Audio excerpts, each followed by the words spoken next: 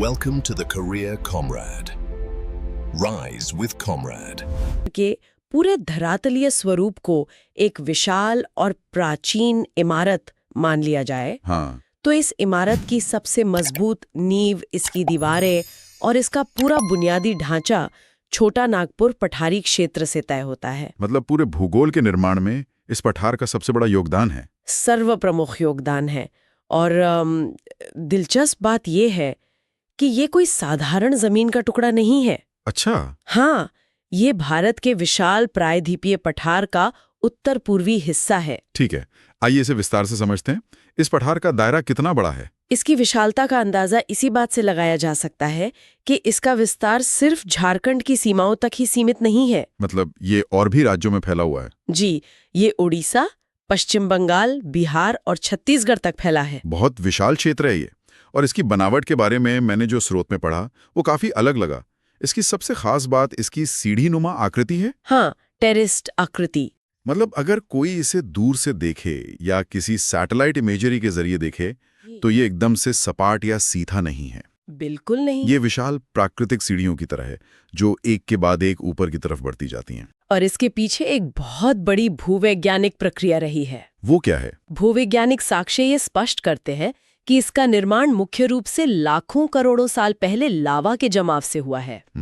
लावा यानी ज्वालामुखी से निकलने वाला लावा। हाँ, जब धरती के गर्भ से उबलता हुआ लावा बाहर निकला और एक बहुत ही लंबी अवधि में धीरे धीरे ठंडा होकर जम गया, तो उसने इस विशाल पठार का रूप ले लिया। सही।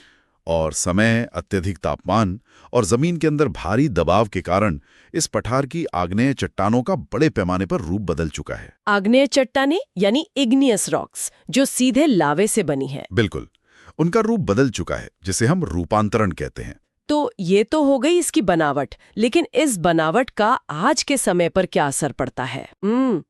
इस पूरी भूवैज्ञानिक प्रक्रिया का सबसे गहरा असर एक ऐसी चीज पर पड़ा है जो आज के समय में जीवन के लिए सबसे जरूरी है, और वो है पानी। पानी?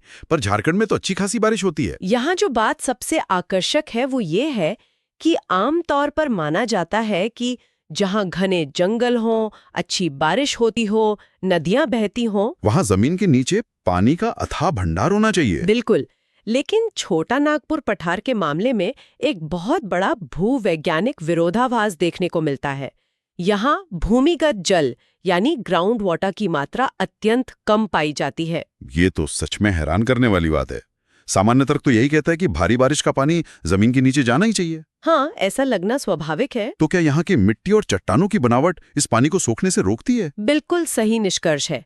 इसका मुख्य कारण यहाँ की जमीन के अंदर मौजूद आर्कियन कालीन चट्टानों की अधिकता है। आर्कियन काल की चट्टानें? हाँ, आर्कियन काल यानी पृथ्वी के इतिहास का वो समय जो अरबों साल पुराना है, जब धरती की सबसे पहली और सबसे कठोर चट्टानें बन रही थीं। मतलब ये बहुत ही ज्यादा सख्त होती होंगी। ये इतनी सख्त होती हैं कि पानी इन्हें भेद ही नहीं सकता। ओहो, तो पानी जमीन के नीचे जा ही नहीं पाता। और सिर्फ चट्टानें ही नहीं, यहाँ की मृदा यानी मिट्टी में छिद्रता, जिसे पोरोसिटी कहते हैं, वो भी बहुत कम होती है। छिद्रता से आपका मतलब है मिट्टी के कणों के बीच की वो खाली जगह जहां पानी ठहरता है? एकदम सही। अगर मिट्टी स्पंज की तरह होगी तो पानी सोखेगी, लेकिन यहाँ की मिट्टी बहुत सघन है। और मुझे लगता है कि जो सीढ़ी-नुमा ढलान हमने पहले डिस्कस की वो भी एक बड़ा कारक होगा। बहुत बड़ा कारक है। यानी जब भारी बारिश होती है तो पानी को जमीन के नीचे रिसने के लिए समय ही नहीं मिल पाता, जिसे विज्ञान में जल का अंतःस्पंदन या इन्फिल्ट्रेशन कहा जाता है। सही कहा। कठोर चट्टानें पानी को नीचे जाने नहीं देती, मिट्टी में उसे सोखने की क्षमता कम है, और सीढ़ी-नुमा ढलान के कारण पानी तुरंत बहकर नदियों और नालों में चला जाता है। नतीजतन अंतःस्पंदन की दर बेहद कम रह जाती है और जमीन के नीचे का जल स्तर हमेशा कम बना रहता है। ये भूगोल का एक बहुत ही शानदार उदाहरण है जहां जमीन की भौतिक बनावट सीधे तौर पर पानी की उपलब्धता को तय कर रही है। एकदम सटीक। और इसी जमीन की ऊंचाई नीचाई की बात करें तो पूरे छोटा नागपुर पठार की औसत ऊंचाई समुद्र तल से करीब 760 मीटर है। 760 मीटर काफी ऊंचा है। हाँ, लेकिन इस पूरे पठारी साम्राज्य का एक ताज भी है। एक ऐसी चोटी जो झारखंड के पूरे धरातलीय स्वरूप में सबसे ऊंची है। सम्मित शिखर की बात कर रही हैं ना आप? बिल्कुल, सम्मेद शिखर, जिसे पारसनाथ पहाड़ी के नाम से भी जाना जाता है। इसकी ऊंचाई 1365 मीटर है। यानी करीब 4478 फीट। सच में ये ऊंचाई से पूरे परिदृश्य का सबसे प्रमुख हिस्सा बनाती है। हाँ, ये पूरे इलाके में सबसे अलग नजर आती है। लेकिन इस छोटा नागपुर पठार को पूरी तरह से समझने के लिए हमें इसके अलग अलग हिस्सों की गहराई में जाना होगा, क्योंकि ये पूरा इलाका एक जैसा बिल्कुल नहीं है। सही बात है। इसे कई उप क्षेत्रों में बांटा गया है और मुझे लगता है इनमें सबसे दिलचस्प पश्चिमी पठार है, जिसे पाट क्षेत्र कहा जाता है। यहाँ बात सच में बहुत दिलचस्प हो जाती है। ये पाट क्षेत्र भूविज्ञान के नजरिए से एक अलग ही दुनिया है। इसके निर्माण का समय इयोसीन काल माना जाता है। इयोसीन काल यानी हम भूवैज्ञानिक इतिहास के उस दौर की बात कर रहे हैं जो आज से करीब 3 से 5 करोड़ साल पुराना है। बिल्कुल। ये वो समय था जब धरती से डायनासोर खत्म हो चुके थे और स्तनधारी जीव अपना विस्तार कर रहे थे। धरती का स्वरूप तेजी से बदल रहा था। हाँ, इतनी पुरानी है इस पाट क्षेत्र की जमीन। और इस क्षेत्र का नाम भी बहुत कुछ बयां करता है। पाट शब्द का शाब्दिक अर्थ ही होता है समतल जमीन। मतलब ये पहाड़ जैसा नुकीला नहीं है। नहीं, ये पूरे झारखंड का पारसनाथ पहाड़ी को अगर छोड़ दें तो सबसे ऊंचा भाग है, लेकिन ये ऊपर से बिल्कुल सपाट है। ये तो मेसा जैसी संरचना हो गई। बिल्कुल वैसा ही। इसका विस्तार रांची के उत्तर पश्चिमी हिस्से से लेकर पलामू जिले के दक्षिणी हिस्से तक है। और इसकी जो ज्यामिति है वो बहुत रोचक है।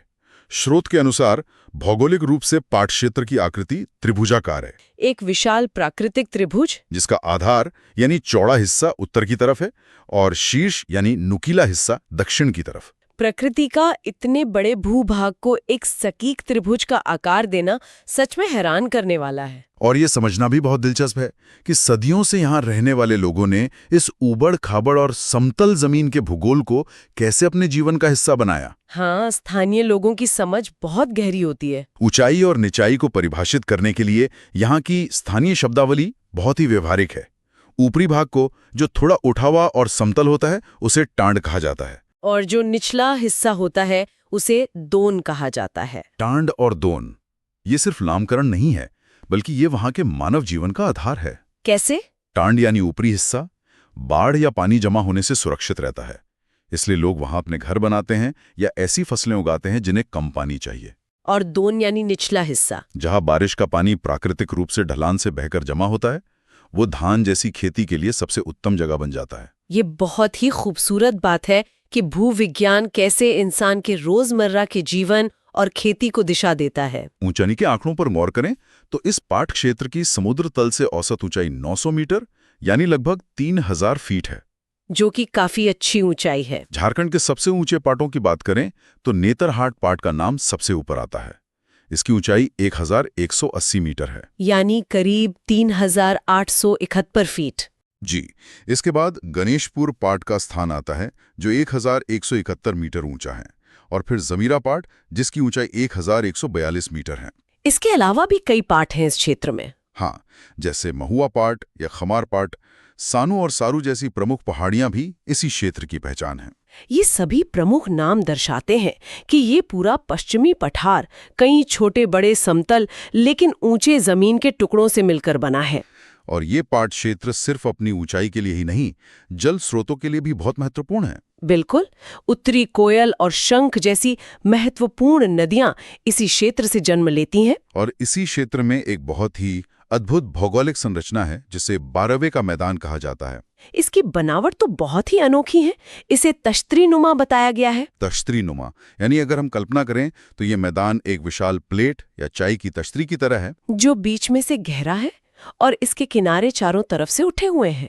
एक त्रिभुजाकार ऊंचे पठार के बीचों बीच एक तश्तरी के आकार का मैदान, प्रकृति की एक अनोखी चित्रकारी है ये। और नदियों की बात करें तो जब ये नदियां इस पाट क्षेत्र से निकलकर आगे बढ़ती हैं तो इनका सामना झारखंड के सबसे बड़े भौगोलिक हिस्से से होता है, रांची का पठार। जी हाँ, रांची का पठार झारखंड का सबसे विस्तृत और बड़ा पठारी भाग है।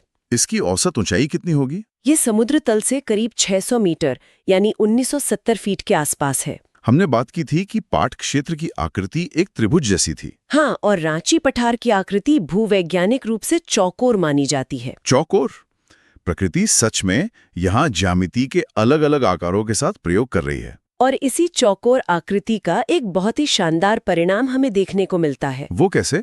देखिए, जब कोई जमीन चौकोर होती है तो उसके किनारे अचानक से ढलान लेते हैं। अच्छा। तो जब रांची पठार से बहने वाली नदियां इस पठार के किनारों तक पहुंचती हैं, तो वे किसी धीमी ढलान से नहीं गुजरती, बल्कि अचानक से आई खड़ी ढलान के कारण सीधे नीचे गिरती हैं। एकदम सही।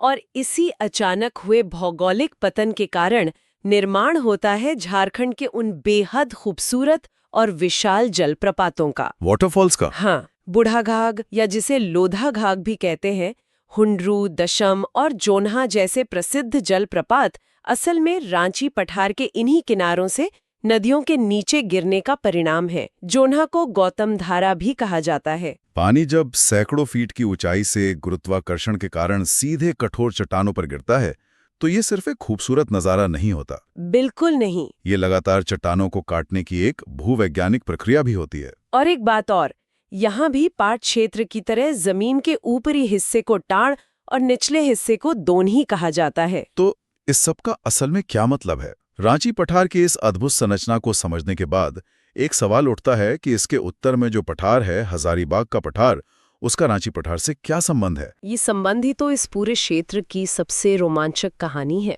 कैसे? हजारीबाग पठार को दो हिस्सों में बांटा गया है, ऊपरी हजारीबाग पठार और निचला हजारीबाग पठार। ऊपरी हजारीबाग पठार कहाँ स्थित है? ये रांची पठार के बिल्कुल समानांतर स्थित है और इसकी औसत ऊंचाई भी रांची पठार के ही बराबर है, यानी करीब 600 मीटर। मतलब दोनों की ऊंचाई एक समान है। और सबसे चौंकाने वाला भूवैज्ञानिक तथ्य यह है कि लाखों साल पहले ऊपरी हजारीबाग का पठार और रांची का पठार कोई अलग अलग जमीन के टुकड़े नहीं थे। वो एक ही थे।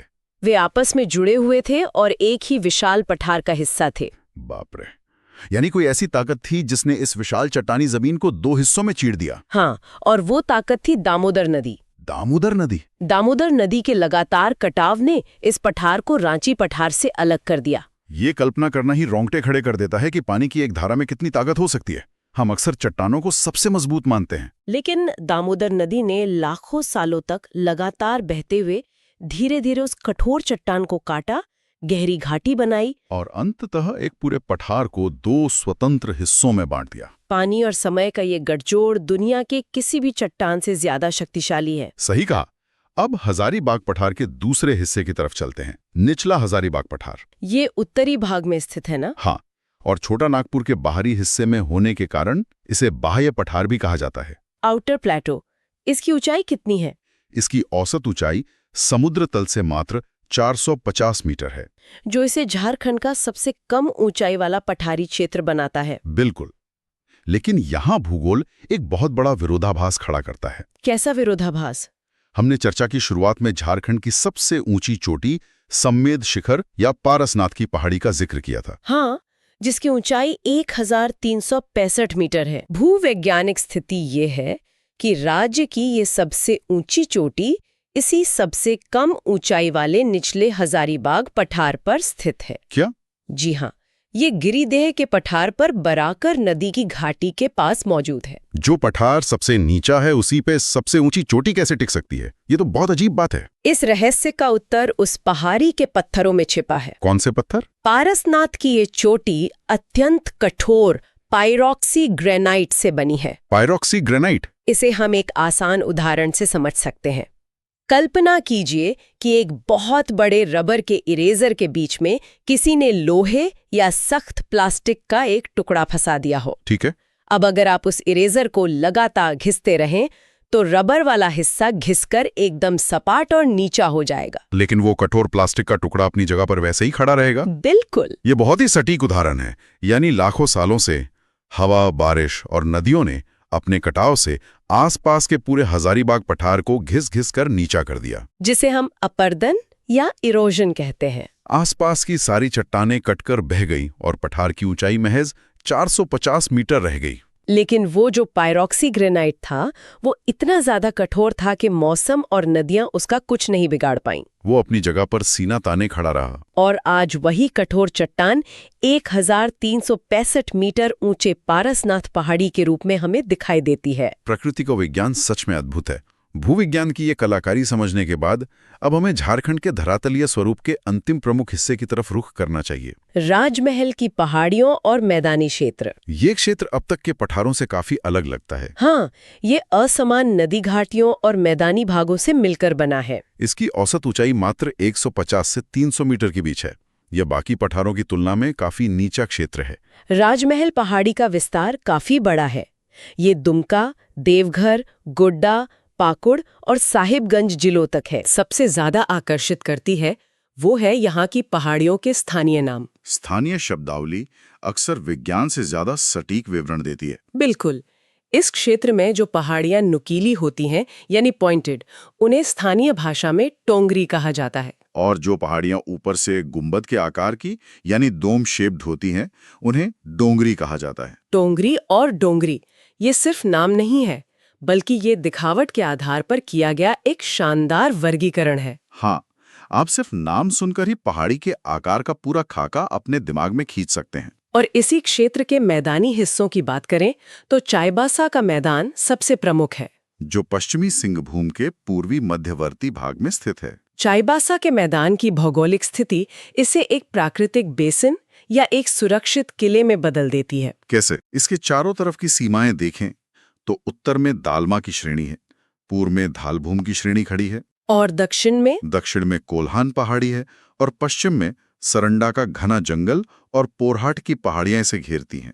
इसके दक्षिण में अजय नदी की घाटी भी मौजूद है। यानी इन विशाल प्राकृतिक दीवारों के बीच चाईबासा का मैदान एक सुरक्षित कटोरी की तरह बसा हुआ है। बिल्कुल।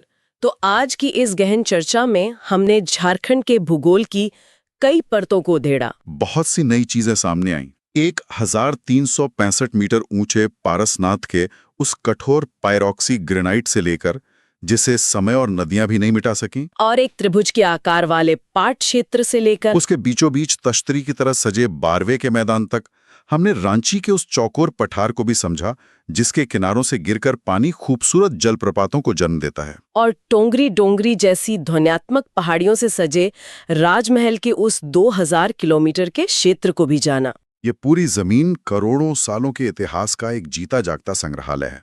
अगर हम इन तमाम भूवैज्ञानिक तथ्यों को एक व्यापक संदर्भ से जोड़कर देखें तो एक बहुत ही गहरा विचार मन में आता है। हम अक्सर उस जमीन को जिस पर हम चलते हैं बहुत ही शांत और स्थिर मानते हैं। हाँ, लगता है कि जमीन तो बस जमीन है, वो कहाँ ही लेगी। लेकिन आज का ये विश्लेषण ये साबित करता है कि प्रकृति कितनी शक्तिशाली है और कितने लंबे समय चक्र में काम करती है। सच में लाखों साल पहले धरती फाड़कर निकले लावे ने ये तय कर दिया कि आज इस जमीन के नीचे पानी नहीं ठहरेगा। और दामोदर जैसी एक नदी ने लगातार बहते हुए एक विशाल चट्टानी पठार को 2 हिस्सों में चीर दिया। ये इस बात का प्रमाण है कि धरती की ये भौगोलिक संरचनाएं न केवल असाधारण रूप से शक्तिशाली हैं, बल्कि ये हमेशा के लिए ये तय कर देती हैं कि वहां पनपने वाला जीवन कैसा होगा। लोग घर कहाँ बनाएंगे और खेती कैसे करेंगे, ये सब जमीन तय करती है। बिल्कुल। ये विचार सच में किसी को भी सोचने पर मजबूर कर सकता है। जो जमीन शांत मालूम पड़ती है, उसका अपना एक बहुत ही उथल पुथल भरा और लंबा इतिहास रहा है, जो नदियों के कटाव, ज्वालामुखी के लावे और चट्टानों की कठोरता से लिखा गया है। ये सब जानने के बाद जब भी नजरें किसी पहाड़, किसी झरने या किसी मैदानी घाटी पर पड़ेंगी, तो उसे देखने का नजरिया पहले जैसा बिल्कुल नहीं रहेगा। एकदम सही बात है। आज की इस विस्तृत और ज्ञानवर्धक चर्चा को यहीं विराम देते हैं। भविष्य में ऐसे ही किसी गहरे और चौंकाने वाले विश्लेषण के साथ फिर लौटेंगे। तब तक के लिए अपने आसपास के भूगोल और उसके अनकहे इतिहास पर विचार करते रहिए। The Career Comrade presents mathematics, reasoning, English, general awareness, general science and current affairs classes for UPSC, SSSC, banking, railway and any others government exams.